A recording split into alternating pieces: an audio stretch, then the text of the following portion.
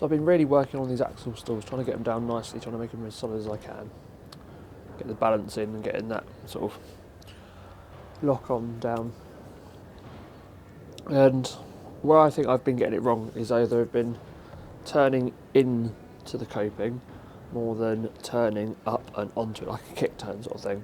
You know, letting the ramp shape the direction of where the board's going, and then letting your board just spin round and into it. So I've been over at Skater and been trying to work these in. These are just the attempts that I've been doing.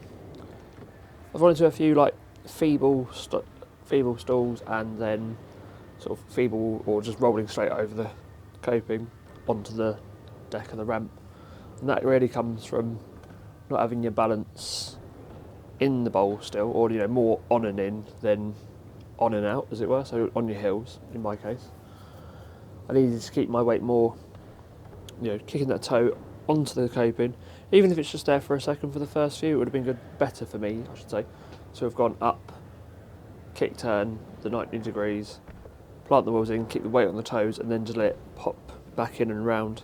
Where I've been letting it lean back and I've been trying to stand up, getting my weight all the way up when I really want to keep it in the direction I wanted to travel next. So yeah, needed a sharper kick turn and needed it more in the bowl, up, kick turn, in the bowl and back in. Trying to keep the weight on your toes, leaning towards the bowl more, trying to keep that weight in the direction you need to go. And I haven't really been doing that recently, but I got a few by the end of this video. Hopefully you'll see a few where it gets on nicely. I've got a bit more control and back on. There's a few where I still slip out here and there. I've either been too much on my toes, got the back wheels on, and then just knocked it in too much without being balanced nicely. I think that's the trick with axle stalls that I've started to get down now, is you've got to think of it like a right angle, and then a right angle with your weight in. It doesn't need to be all the way, but just needs to be like head and shoulders ready to go for the next bit, sort of looking at the bottom of the ramp. Skater was a really good park to practice in, I think.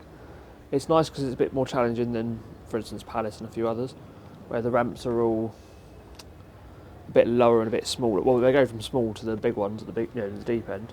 But I think the good thing with Skater is, the outside's got a nice little mini you can work on, but then you go inside and you've got this. I think whilst you're practicing something, you can get stuck on just repeating the same things and going over the same areas. So every now and again it's nice to throw some different things in. So I do a few little laybacks that I'm trying to get as well. That's another thing I'm working on in the background. And that's got a similar sort of balance, body position skill needed. Go back to do some rock to fakies as well, and little ones, just so your brain can have some time thinking about the axles and things, but you're still working on other things and you're still getting things down. Yeah, definitely a fun place to go. Definitely recommend Skater. It's a nice park to work in.